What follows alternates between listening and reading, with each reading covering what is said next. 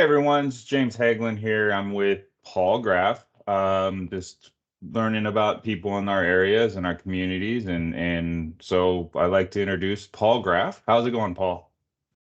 It's going well today. Thank you, James. Good, good. Yeah. How's your 2023 going so far? Fantastic. Yeah. Yeah. Anything exciting playing this year or? Well, I got some pretty bold goals I'm trying to achieve. When last year I got up to the second tier in earnings and Remax. So this year my goal is to get up to tier 3, which is Nice. quite a challenge. Yeah. A lot of good trips planned too, mostly just networking trips for agents around the country and things like that too. So should be fun. Right, right. So, what city do you live in right now? I live in Monroe. So Okay. How long have you lived there? we've been there for 18 years now. Wow. So Long you've seen a time. lot of change there then. I've seen a lot of change. Yeah. My youngest was 9 months old when we moved in there. So she Wow. knows nothing but living in Monroe. And every year she's like, where's all this traffic coming from? Right? Yeah. Yeah, So before we used to just, the only way we would go through Monroe is if we were going skiing at Stevens. That's the only like, oh, we're in Monroe. And it was just straight yeah. through. And then same with Sultan and so forth. So Yep. what are the things that what's fun to do in Monroe? Well, we have we had a young family when we moved out there. So one thing for us was just going to the library, which was big with our kids when they were younger, and we homeschooled them up until high school. And then there's a lot of good parks out in Monroe too, Yeah, which are easy to get to. Downtown Monroe is pretty flat too. So you don't have a lot of hills in that, so right, right, easy access to that kind of stuff. Yeah. right. So like is there, I mean, like I'm in Marysville, right? So they have like the Mhm. trampoline park or that trampoline altitude, I think it's called in Marysville. Okay. So like what, yeah, other than the parks there, because I know my kids, they did cross country, and they would run at that one park there in Monroe. Um, I can't remember the That name Lake of it. High. I think that's what the name of it is. Could Yeah, it's be. in like You've got a 1.25 mile track around there, or yeah, walkway around yeah, there. Yeah. yeah. So what's a good place to eat in Monroe? Like where would you go to get a good bite to eat? Uh, well, there's quite a few places out there. Um, there's the uh, there's a good Italian restaurant. Let me think of the name of it again. Tuscanos. They're on Okay. North Kelsey, so kind of across the street from Fred Meyer in that area. Okay. Okay. There's Red Robin, if you like, burgers and that.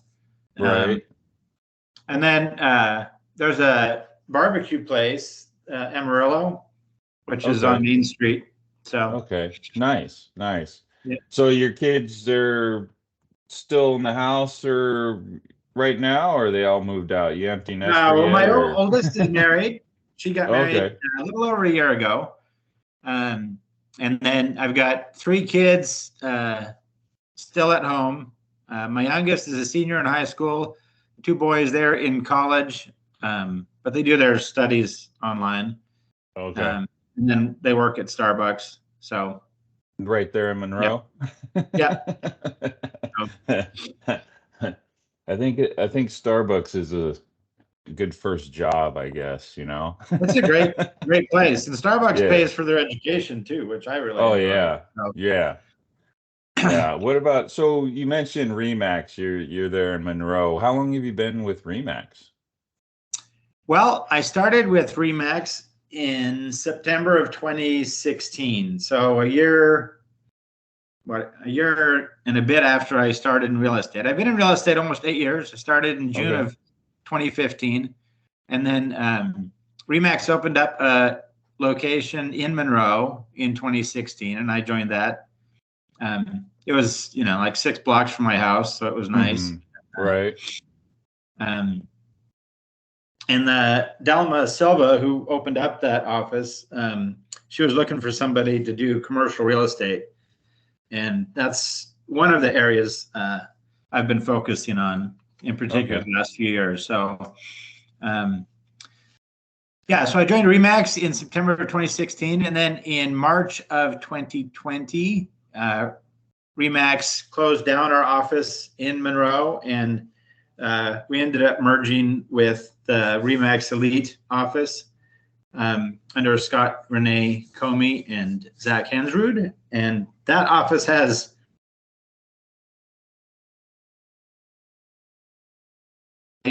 rent space, and then one in Linwood. Okay. So what you said 2016 is when you first got into real estate? Remax. Okay. 2015 is when I got into real estate. But okay. What'd you do before that?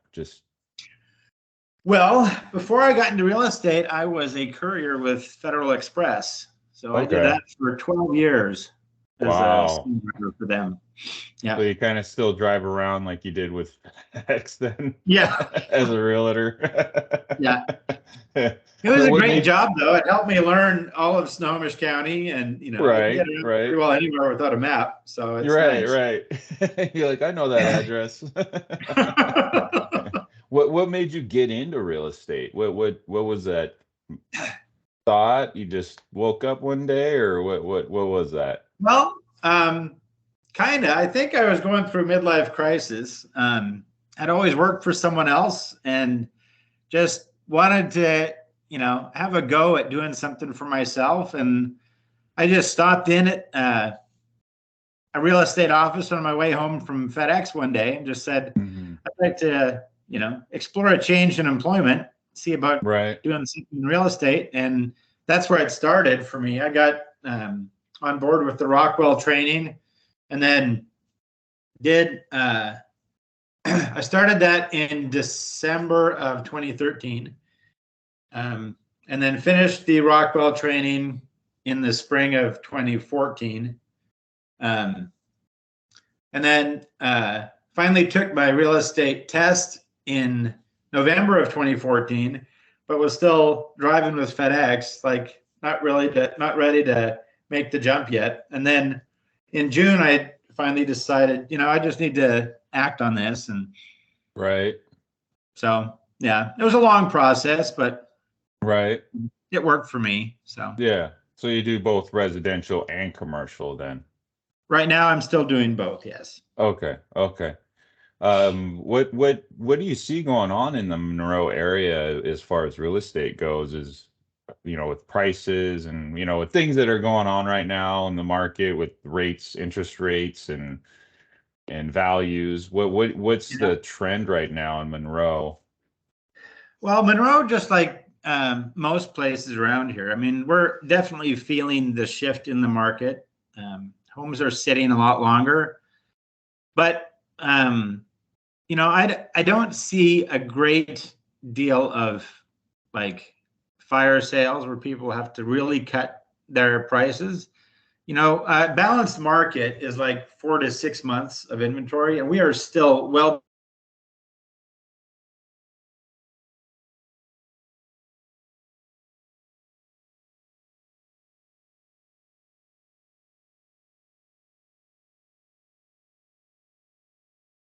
You cut out there, Paul.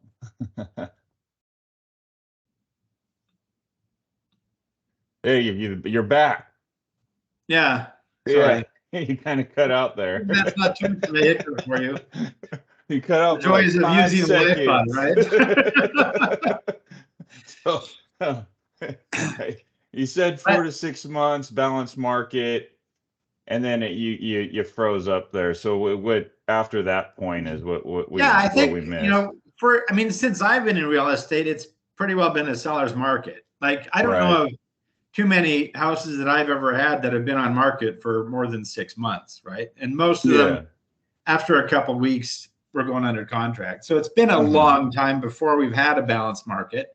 And I think a lot of people are just feel nervous about that. But, if you just stay the course with where you're at and hold your price, I think eventually it'll come to that. People will Right, come in right. and yeah.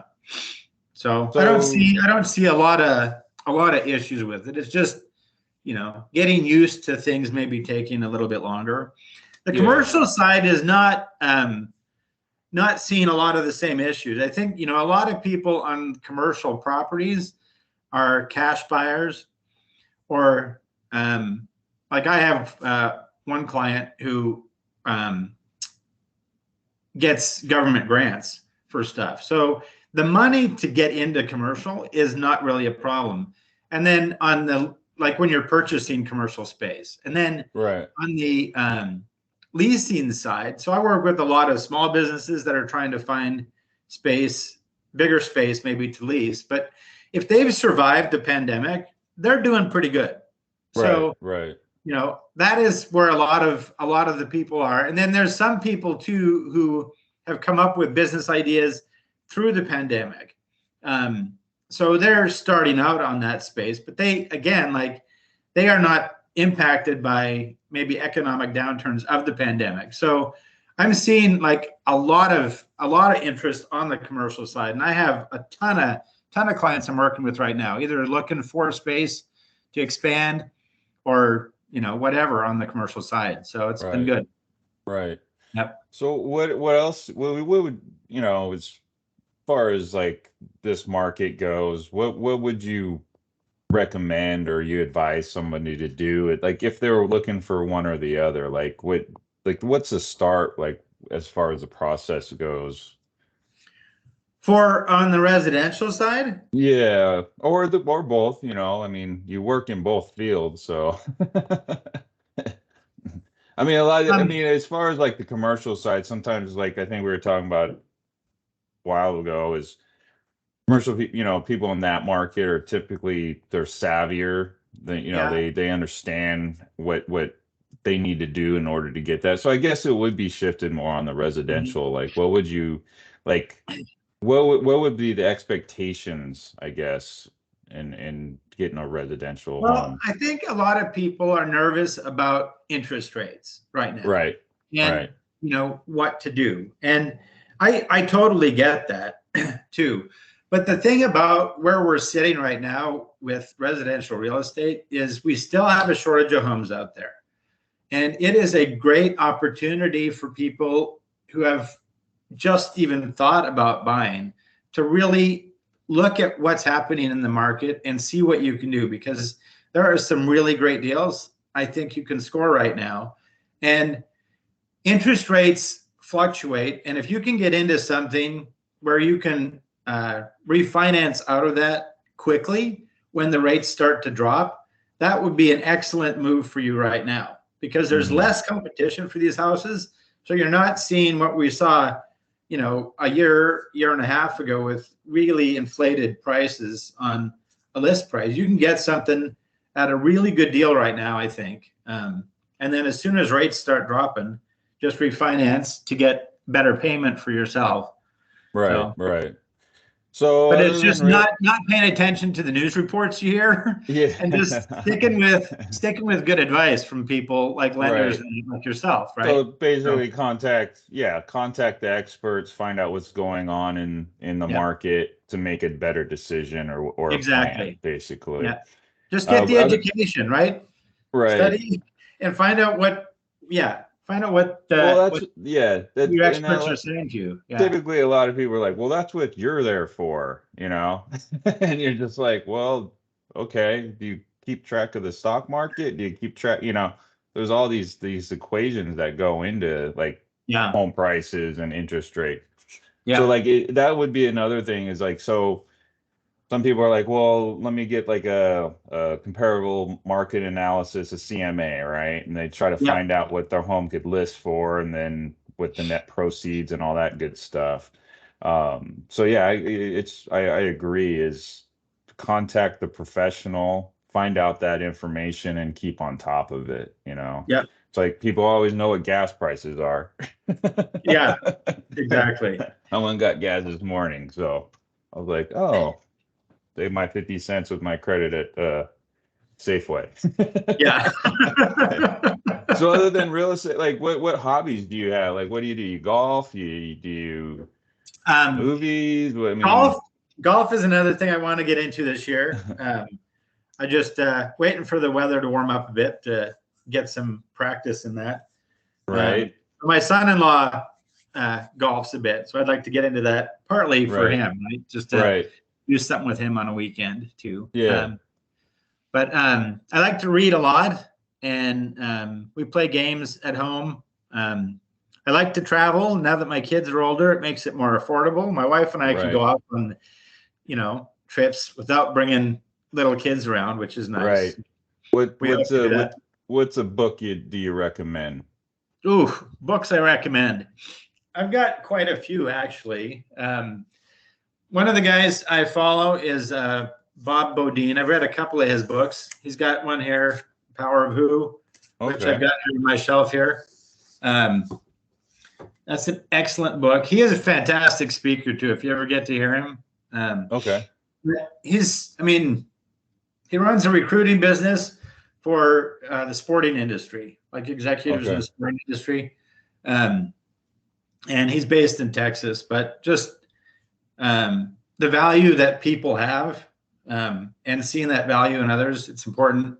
Patrick Lencioni, if you're interested in books on business, I've got all of his books on business. Fantastic author. He has a really unique style where he writes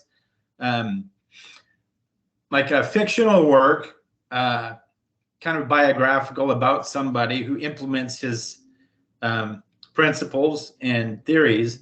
And then at the end of the book, he walks you through how to implement that in your own business. But really easy read. Most of his books, it takes maybe a couple hours to go through, honestly, which is kind of nice. I have books on other people too. One I read last year on Martin Luther King Jr., which was fantastic. And then I've got the Reagan Diaries here. So if you're a fan of Ronald Reagan, that's really cool too, because it's got basically every day of his presidency. Right. From his diary. It's interesting to see a perspective of what like a president or somebody that's famous goes through on a daily basis versus what you see on like TV or in newspapers. Exactly. And the thing about that too is like I was like he was president when I was young, like 10 to 18. Right. And I remember some of those things in my head, but they didn't happen in the same order or exactly the same way that I remember them. But going through that now, it's like, oh, okay, I get that now. And then also hearing these names you haven't heard in 30 or 40 years. Right. Wow, it's like all these memories that pop back in your head, about what you were doing at the time. Another book or author I follow, Ethan Butte. He's got some good stuff about how to, like the emotional connection with people in sales and stuff like that. So that's some good stuff. And then like personal development stuff, The Measure of a Man, Gene Getz. He's a Christian author and pastor. Just really good, really good stuff for, how to live your life. So Right. So what, like you mentioned board games. What's the top board game in the household? Well, the game we play most consistently is probably cribbage. Easy. All of us know how to play it, and it doesn't take terribly long. Right. I think people get a little intimidated by that cribbage board, and how to count the points. There's a lot of little rules in cribbage, which is a thing too, and the point track system, when you play it often enough, you just kind of know that stuff. So that's like back. I remember my grandparents playing cribbage, I just sit there and watch and try to figure out myself, right? And then eventually we figured it out, but I haven't played cribbage in years. So that's one we play a bit. My boys and I used to play chess a lot. We haven't done that much in recent years. I think my boys still do like online games of that. Yeah. You know, Clue and Trivial Pursuit for an old game. Right. I don't know, things like that. And then You I don't like have. to do one game I like to play online is Words with Friends. I play that with a couple of people, my dad, and Right. then another of his friends. So I enjoy Yeah. that competition as well. It's crazy now in that with technology how you can play games with people that are way far away. Yeah, You know, yeah. you're like, hey, you get an alert, you know. Your move. Yeah. And I like sports too. I like watching. We don't have TV for that kind of thing, but Mhm. I can track a lot of that stuff online, anyways. You know, watch Yeah. sports highlights. That way, you Right. can get all the scoring plays in less In than 10 minutes, 15 as opposed minutes. to Yeah. spending it's Yeah. three hours watching the game, right? So I like hockey in particular. So I like to watch Right. the highlight reels of those games and that. So Yeah. Yeah. Kraken are doing we're doing pretty good they here. are doing fantastic Yeah. for a second year. Right. Yeah, Right. absolutely amazing. They set a record for the most road wins ever in Wasn't NHL. like 9. What was it? I think How they're many? set. They had a 7-game road trip and they won every one of 7? them. Yeah, I think it Yeah, was 7. nobody Yeah. else has ever done that. Yeah. So, And yeah. now with next year, you know, don't want to date this video or anything, but you know, they're having that open thing at the T-Mobile. What is it? T-Mobile? What is it now? Where's the Mariners play, right? The Oh T-Mobile yeah. Park now, they're gonna have that open hockey. Was it next year or something like that? With I think the yeah. I think they're gonna do that. The outdoor Yeah. one. Yeah. Yeah, yeah. Yeah. Which some people are just like, you know, they're sitting in these seats and they all got binoculars. When you go to a hockey game, it's pretty up personal. Now you're in the 200 level, like with binoculars watching a Yeah. hockey game, you know? Yeah. So, you know, growing up and stuff like that, well, we all grow up, but who influenced you or what influenced you growing up? Um, you know, I think early, like while I was at home, mostly just my parents were the big influences in my life. Mhm.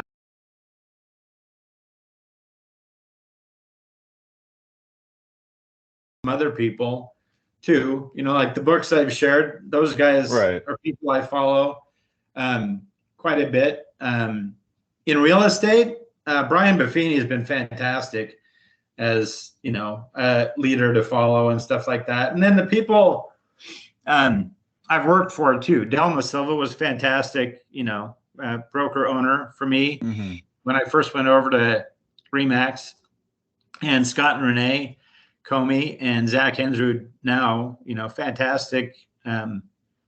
Like how they develop their agents and the care that they give to their agents and stuff like that. So, Hmm. really good stuff, definitely. Yeah. Sweet. So that's this Paul Graf with Remax, and you know I'm glad you took the time out today to have this conversation, kind of find out who you are and what you do and where you live, and Sure. we'll have Paul's information in the description. If you guys have any questions, you can reach out to him directly. Anything else you want to say, Paul, about yourself, or? Well, this has been a fantastic opportunity, James. And, you know, I've been doing some interviews with other people too, small businesses, mostly people connected with my BNI group, but other Right. referral partners around the country and that. And that can all be found in my podcast. Okay, So cool. We'll um, get that I link haven't too, I and haven't had an opportunity to get you yet, but I'll have to return the favor. So well, here we go. So let's make that happen. But we'll have the it'll be podcast fun. link. Any of those descriptions and those links will be in the description for contact Sure. for Paul. And then yeah, thanks again. Thanks for having me, James. It's been a All right. pleasure.